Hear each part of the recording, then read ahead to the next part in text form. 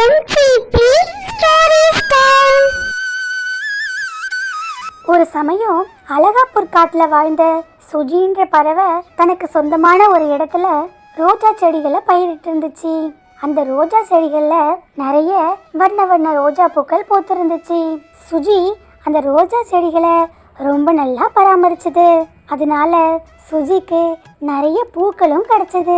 மறுபுறத்துல அதே காட்டுல வாழ்ந்த ராணி மற்றும் காலுங்கிற காகங்களும் தங்களுடைய நிலத்துல ரோஜா செடிகளை பயிரிட்டு இருந்தாங்க.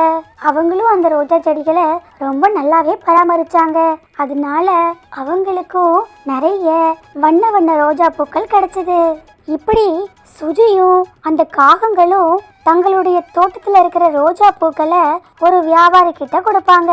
அந்த வியாபாரியும் அந்த பறவைகளுக்கு பூக்களுக்கு ஏத்த பணத்தை கொடுத்துட்டு பூக்களை ரொம்ப தூரம் பயணிச்சு போய் பக்கத்து சந்தையில விற்பனை செய்வாரு.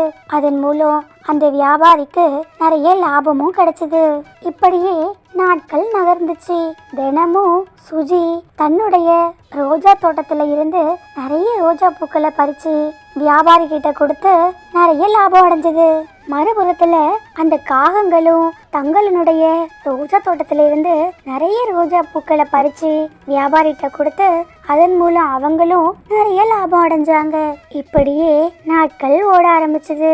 கொஞ்ச நாளுக்கு அப்புறம் திடீர்னு ஒரு நாள் ரோஜா பூக்களை எடுத்துட்டு போய் சந்தையில விற்பனை செய்யற அந்த வியாபாரி வரவே இல்லை. இதனால குழப்பம் அடைஞ்சு போன அந்த பறவைகள் 3 பேரும் ஒன்னா சேர்ந்து அந்த வியாபாரியை சந்திக்க போனாங்க. வியாபாரி, நீங்க எதுக்காக பூக்களை எடுக்க வரவே இல்லை? நீங்க எப்பவும் எங்களுடைய ரோஜா பூக்களை எடுத்துட்டு போய் சந்தையில விற்பனை செய்வீங்க. ஆனா இந்த முறை நீங்க வரல. அப்படி வராததால எங்களுடைய பூக்கள் எல்லாம் வாடி போயிடுச்சு. அதனால எங்களுக்கு ரொம்ப நஷ்டமாயிடுச்சு. இதோ பாரு சுஜி, நான் இனிமேல் ரோஜா பூக்களை வியாபாரம் செய்ய போறதில்ல. சந்தையில ரோஜா பூக்களினுடைய விலை ரொம்ப மலிவாயிடுச்சு. அதனால போன முறை எனக்கு ரொம்ப நஷ்டமாயிடுச்சு. லாபம் இல்லாத அந்த தொழிலை நான் இனிமே செய்ய விரும்பல. நான் வேற ஏதாவது தொழில் செய்யலான்னு நினைக்கிறேன். அதுக்கான ஏற்பாடும் செஞ்சுட்டு இருக்கேன். இன்னும் கொஞ்ச நாள்லயே புதிய தொழில் ஆரம்பிச்சுடுவேன். என்ன வியாபாரி, நீங்க திடீர்னு இப்படி சொன்னா எப்படி? நாங்க ரோஜா தோட்டத்தை தான் வச்சிருக்கோம். அந்த ரோஜா தோட்டத்துல ரோஜா பூக்கள் தான் கிடைக்கும். நாங்க அந்த பூக்களை வச்சு தான் வியாபாரம் செய்ய முடியும். எங்களால் உங்களை மாதிரி திடீர்னு வேற தொழில் செய்ய முடியாது. ரோஜா பூக்கள் இப்போ விலை மலிவாக இருந்தா என்ன? இன்னும் கொஞ்ச நாள்லயே ரோஜா பூக்களினுடைய விலை அதிகரிக்கும். அப்போ நீங்க வியாபாரம் செஞ்சா உங்களுக்கு நிறைய லாபம் கிடைக்கும்ல. இல்ல சுஜி, நீ ஒரு ரோஜா தோட்டம் வச்சிருக்க. அதனால உன்னால ரோஜா பூக்களை வீணடிக்க முடியாது. அதனால நீ இப்படி பேசுற. ஆனா நான் அப்படி இல்லையே. நான் எந்த தோட்டமும் வச்சு இல்லை. நான் வியாபாரம் செய்யாம நிறுத்துறதால எனக்கு எந்த நஷ்டமும் கிடைக்க போறதில்ல. ஒருவேளை நீ சொல்ற மாதிரி ரோஜா பூக்களினுடைய விலையை அதிகரிக்கும் போது நான் உங்களுடைய ரோஜா பூக்களை வாங்கிட்டு போறேன். ஆனா இப்போ எனக்கு அந்த அவசியம் இல்லை அப்படின்னு சொல்லி அந்த வியாபாரி மறுத்துட்டாரு. இதை கேட்ட காகங்களுக்கு இனிமேல் நாம் ரோஜா பூக்கள் வியாபாரம் செய்கிறதுல எந்த பயனும் இல்லைன்னு தோணுச்சு. அந்த காகங்கள் சொன்னாங்க, சுஜி, நம்மளை விட ரொம்ப கஷ்டப்பட்டு ரொம்ப தூரம் பயணிக்கிறவர் வியாபாரி. ஆனால் வியாபாரியே இந்த தொழிலில் லாபம் இல்லைன்னு சொல்லிட்டாரு. அப்படி இருக்கும்போது நாம் எதுக்காக இந்த ரோஜா செடிகளை வச்சு இந்த ரோஜா பூக்களை வியாபாரம் செய்யணும்? அது மட்டும் இல்லை, இத்தனை நாள் நாம் ரோஜா பூக்களை பறித்து வியாபாரிக்கிட்ட ஒப்படைச்சிருவோம். வியாபாரி தான் ரொம்ப தூரம் பயணித்து போய் வியாபாரம் செய்வார். ஆனால் இனிமேல் அப்படி நமக்கு யாரும் கிடைக்க மாட்டாங்க. அதனால் நாமளே தான் பயணித்து வியாபாரமும் செய்யணும். நாம் அவ்வளோ கஷ்டப்பட்டும் நமக்கு தேவையான லாபம் கிடைக்க போகிறதில்ல.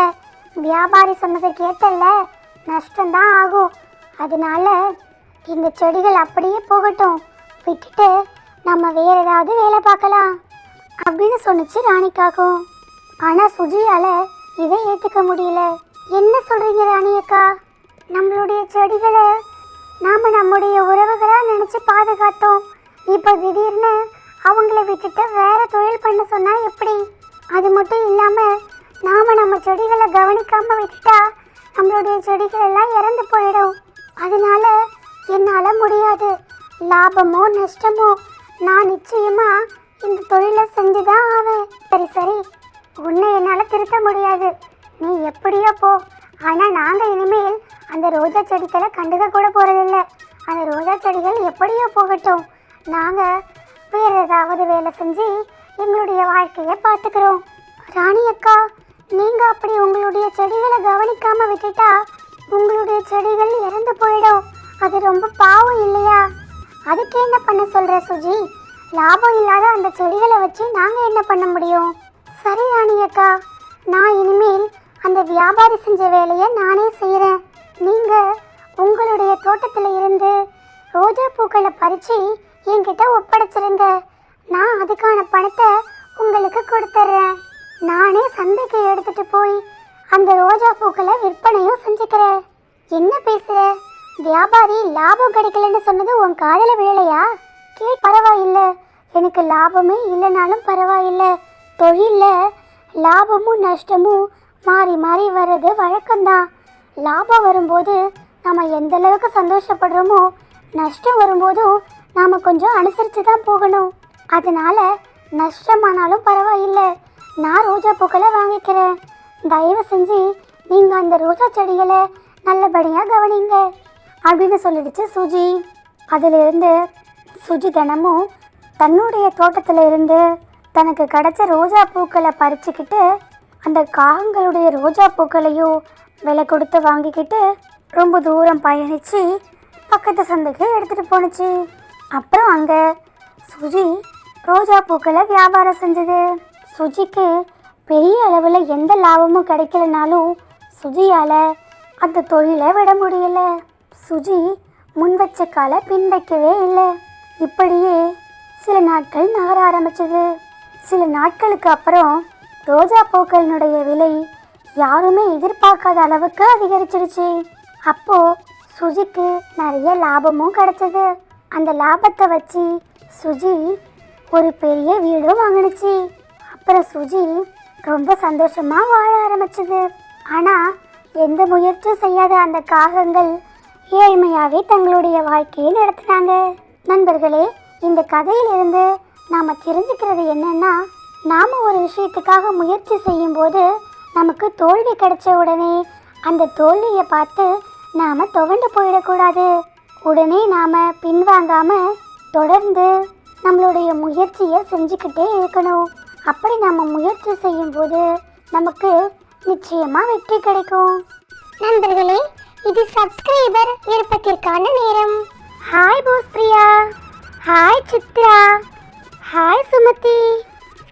இன்றைய கதைக்கான கேள்வி: நம் கதையில் இடம்பெறும் பறவைகள் ரோஜா பூக்களை வியாபாரியிடம் எவ்வளவு ரூபாய்க்கு விற்றனர்? இந்த கேள்விக்கு சரியான ஆன்சர் உங்களுக்கு தெரிஞ்சா கமெண்ட்ல சொல்லுங்க. உங்களுடைய பெயரும் நெக்ஸ்ட் வீடியோல வரும். இதுவரை நீங்கள் அனைவரும் அளித்து வரும் அன்பிற்கும் ஆதரவிற்கும் மிக்க நன்றி. இந்த வீடியோ உங்களுக்கு பிடிச்சிருந்ததுன்னா நம்ம சேனலை லைக் பண்ணுங்க, சப்ஸ்கிரைப் பண்ணுங்க, ஷேர் பண்ணுங்க, நம்ம சேனலுக்கு சப்போர்ட் பண்ணுங்க. தேங்க்ஸ் ஃபார் யுவர் வாட்சிங்.